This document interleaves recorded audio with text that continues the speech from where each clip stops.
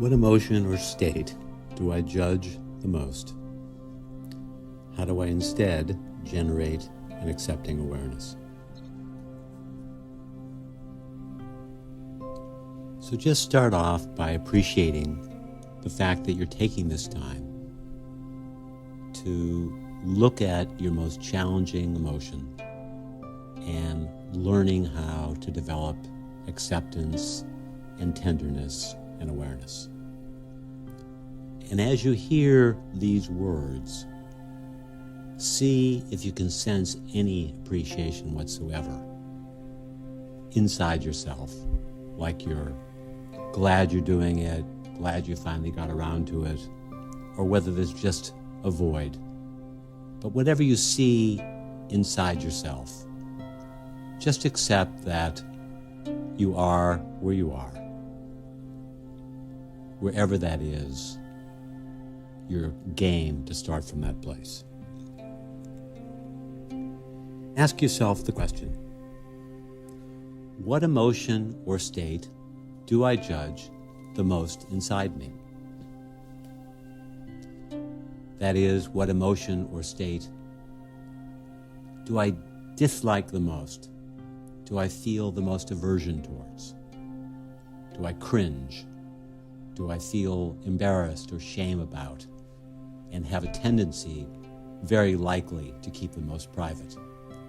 And it could be any emotional state, from anxiety to depression to emptiness, exhaustion, anger, impatience.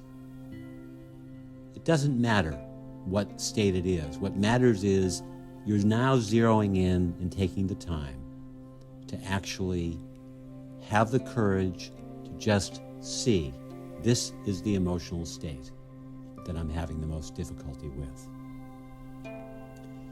As you're looking at that state, just appreciate that, yes, I am dedicating myself to have another part of me that is an awareness of this state, and that by developing an awareness of this state, I'm no longer consumed. I now have two parts inside me. I have both this so-called dreaded state, and I also have an awareness. By doing that, you're no longer as out of control, because the awareness has a growing possibility of having an influence on how you can be with this state. Because without awareness, it's just going to run itself amuck. It's going to just have a monopoly on your inner world. And then in addition to this awareness, also look at the quality of your interest. How is your heart actually engaged in being interested in what you're going through? So as you hear the tone of these words, see how that matches with the tone of your interest and inquiry of, what is my dreaded state? Am I kind as I'm asking that question while the awareness is there, or am I just flat and empty? Or even more, let's say, disturbingly, am I judging myself while I'm taking this look?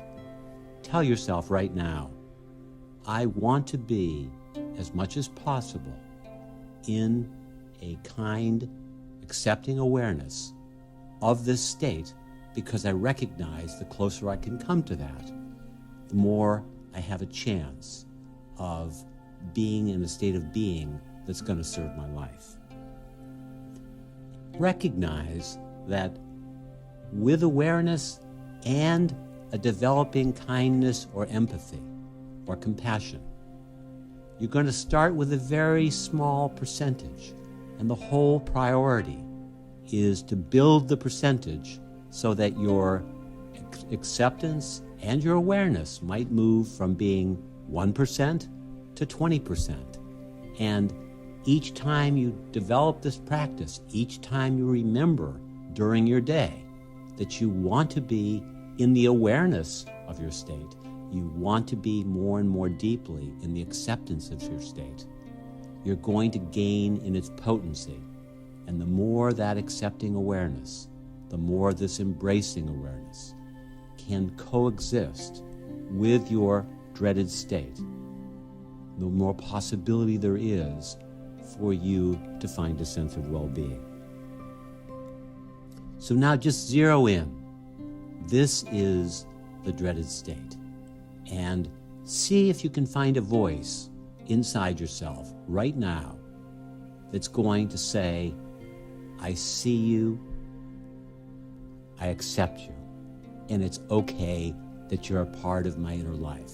In fact, I see you and I recognize that there's no other way you can be right now, because you or I would not be doing this to myself on purpose if I had a way of getting a magic wand and eliminating this state.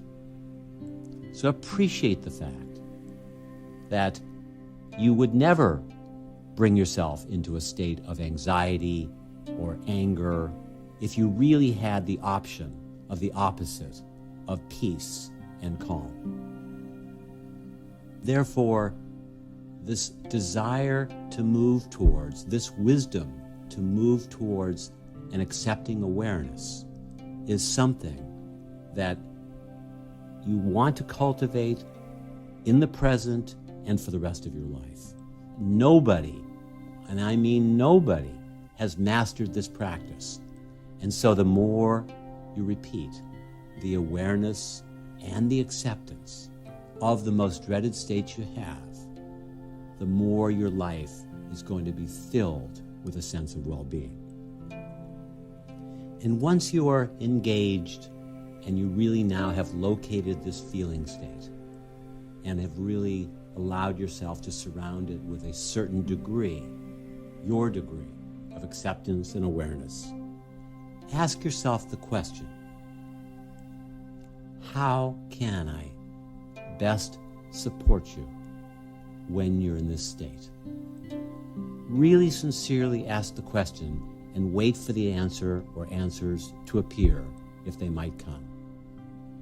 If you're in anxiety, you might suggest to yourself, for example, to just relax as much as possible. Or you might suggest for yourself to take calm breaths.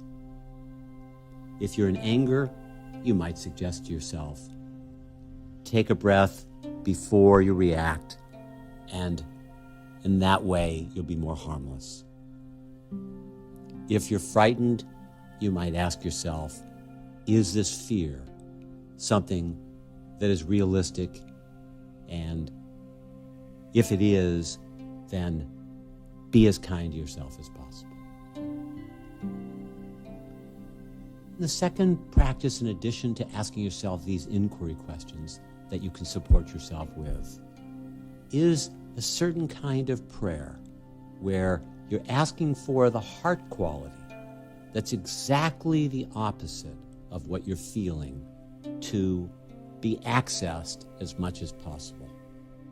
So if you're afraid, you're going to ask for as much courage or as much safety as possible. And may I experience this as much as possible. Now, as a third practice, you can ask yourself, what would the thoughts be that I would say to myself when I'm in my dreaded state that would be the most supportive? What specifically would they be? For example, when you're in fear, you might say to yourself, you're not doing this on purpose. You deserve to be kind toward yourself. Or you might say, be as courageous as possible. If you're angry, you might say to yourself, be as contemplative as possible. Be as harmless as possible.